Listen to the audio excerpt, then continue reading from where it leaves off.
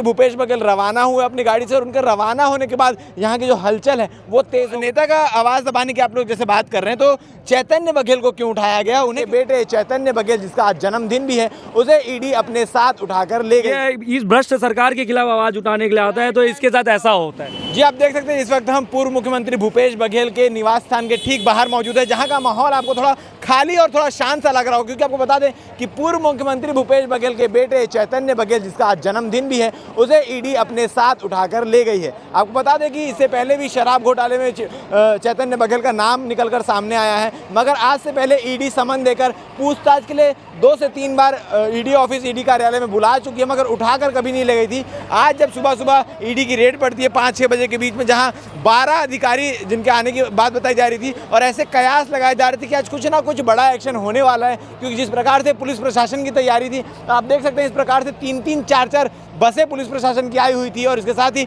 ED भी जो 2 से 3 गाड़ियां एक्स्ट्रा लेकर आई हुई थी, और वो कयास आज पूरा हुआ है क्योंकि ईडी ने चैतन्य बघेल को उठाकर अपने साथ लेकर चले गई। अब क्या कुछ पूछताछ हुई है घर में, क्या कुछ चीज़ें, आपको बता दें कि सुबह जब ईडी की टीम पहुंची तो विधानसभा सत्र के लिए पूर्व मुख्यमंत्री भूपेश बघेल रवाना हुए अपनी गाड़ी से और उनके रवाना होने के बाद यहाँ की जो हलचल है वो तेज़ हो गई थी। ऐसा माना जा रहा है कि उनके रवाना होने की ही इंतजार किया जा रहा था। जैसे ही वो रवाना हुए ईडी अपनी पूरी तैयारी करके चैतन्य बघेल को उठाकर लेकर चले गए। जी क्या हुआ? भैया ये हमारा भाई है, एनएसए का कार्यकर्ता है, ये अपने नेता के लिए आवाज़ उठाने के लिए आया। ये इस भ्रष्ट सरकार के खिलाफ आवाज़ उठाने के लिए आता है, तो इसके साथ ऐसा होता है। मतलब इसके साथ देखो भैया, ये शिक्षा की बात करने आता है, दारू बट्टी बंद करने की बात बोलता है शिक्षा दो, तो शिक्षा की वजह नहीं, डंडा देंगे। ये दारू नशा की शिक्षा की बात हो रही थी, आज शिक्षा की बात हुई, सब चीज़ की। रायगढ़ में पेड़ कट रहा है, उस चीज़ के खिलाफ में हमारे नेता विधानसभा में बात उठाने जाएंगे। मतलब वो नेता को मतलब अंग्रेजों के ज़माने टाइप का वो करने लग गए, भ्रष्टाचार करने लग गए भैया। ये नेता का आवाज़ दबाने की आप लोग जैसे बात कर रहे हैं, तो चैतन्य बघेल को क्यों उठाया गया? उन्हें क्यों गिरफ्तार किया? भैया भाई आए थे बॉस को उठाने के लिए, भूपेश भैया को उठाने के लिए आए थे। भैया नहीं मिले तो भैया का मानसिक रूप से वहाँ पे भैया को प्रताड़ित करना चाहते हैं, ताकि भैया वहाँ कुछ बोल ना पाए।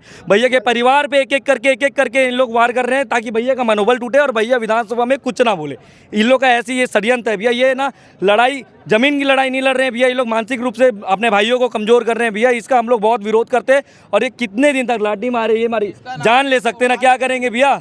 भगत सिंह जी भी उस समय लाठी गए देश की आज़ाद के लिए। हम लोग भी यहाँ पे अगर देश की हित के लिए अगर ऐसे लड़ना पड़ेगा, आँख यहाँ पे लगाए ना भैया, अगर गला भी काट लेंगे तो कटवाने के लिए तैयार है भैया। हमारे पूर्वज गोरों से लड़े थे, हम चोरों से लड़ेंगे। मैं आपको पूरी चीज़ का तर्क देता हूँ। क्या होता है विधानसभा में, आज आखिरी था सवाल जवाब का सत्र, उसमें हुआ ये कि आज पहले ही मतलब सवाल भेज दिया जाता है विधानसभा अध्यक्ष को। जैसी बातें निकलकर सामने आ रही है, बताया जा रहा है कि शराब घोटाले मामले को लेकर जांच करने आई थी ईडी।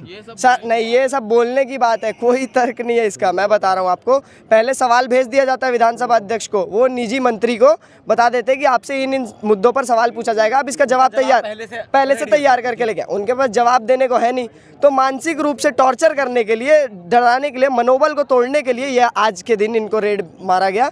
और भूपेश बघेल जी को ये लोग ले जाना चाहते थे। भूपेश बघेल जी फिर भी कर्मठ नेता और निकल गए विधानसभा की। और मैं पूछना चाहूंगा कि जैसा आप बोल रहे हैं कि मानसिक रूप से प्रताड़ित करने के लिए, और आज भूपेश बघेल सवाल ना पूछ पाए इसलिए सारी कार्रवाई हुई। अगर यही कार्रवाई आज मानसून सत्र खत्म होने के बाद कल होती, तब आप लोग का क्या जवाब होता? तब हम उसका जवाब देते भैया, मिलके जवाब देते, और वो हम लोग बोलते जवाब देते, लेकिन क्या कहते कि क्यों कार्रवाई की? तो भैया देखो, सिर्फ भैया एक मानसून में बात दबा सकते हैं, अभी एक ही है, ठीक है। उन लोग मतलब हमारे नेता अभी बार थोड़ी है भैया, तीसरी बार है हफ्ते, इनको कोई और काम धंधा ही नहीं है, इतनी बेरोजगार हो गई है, बेरोजगारी ईडी में भी दिखने लगी है, कोई और काम पता है।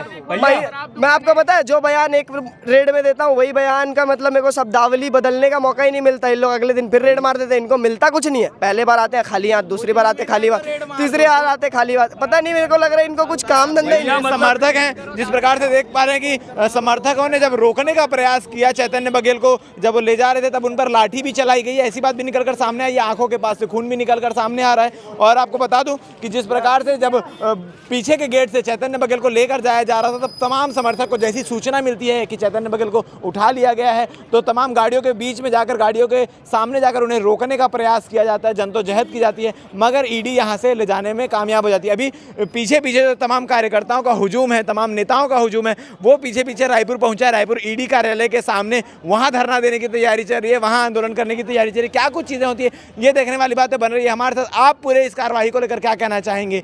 किसके आरोप सच हैं, किसकी कार्रवाई सच्ची है? आप कमेंट सेक्शन में कमेंट करके बता सकते हैं। धन्यवाद।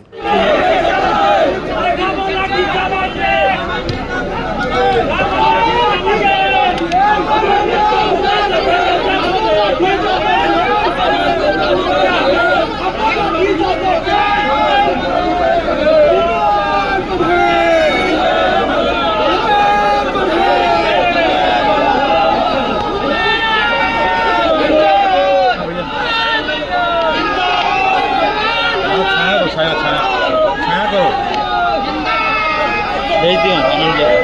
थोड़ा छाया करना, छाया सर, ऊपर ऊपर, हाँ छाया करना दिख रहा है, आ रहा है ना, मैं भेज दे रहा हूँ ना, लाइव है क्या? छाया करने से दिख रहा है।